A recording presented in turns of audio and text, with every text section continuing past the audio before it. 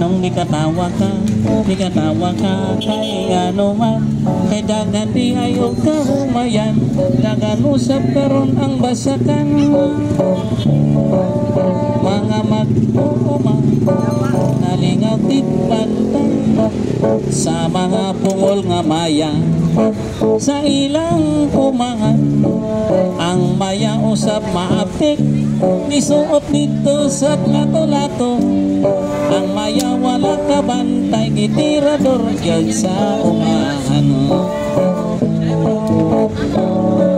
Kining panahuna kay dagang mga anihon, adool na osad ang tintanom sa mais, niining bulana di ana ang gipaabot nga mga kusog nga mga ulan. Maya-maya anong nalipay ka kay ano man, dagang kaayo mga pagkaon, kung di ka bantay mo lipot ka. Ining panggilutosan ang mga mangga na monga, ang kabuksan na simhot naghulat lang mahinog. Kung magabiin sa iyo mga mangga duhiton sa kabog, ang mga maranga prutas dubukonon o mga kabog.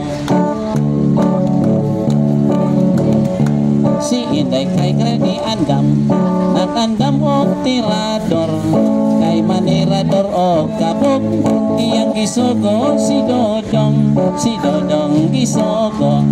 Pag ato dito's punuan, si Dodong wala ka bantay, na hulgan in taon o durian. Shiro, shiro, shiro, shiro, shiro. Si Inday ni adto sa tinugan sa tubig, gisugo sa iyang mama, pagkabuong mailimnon. Apan si Inday wang kabantay, giluksoan siya sa kabog, ni siya gitangay si Inday ni dagan pa uli sa iyang balay.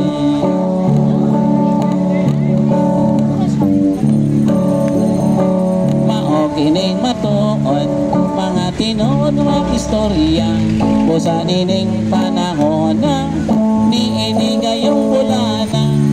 Pantay kong doon kay prutas, mga tulo ka punuan, tumahinog ang iyang bunga, dugo kung kini sa mga kabog. Tumahinog ang iyang bunga, dugo kung kini sa mga kabog.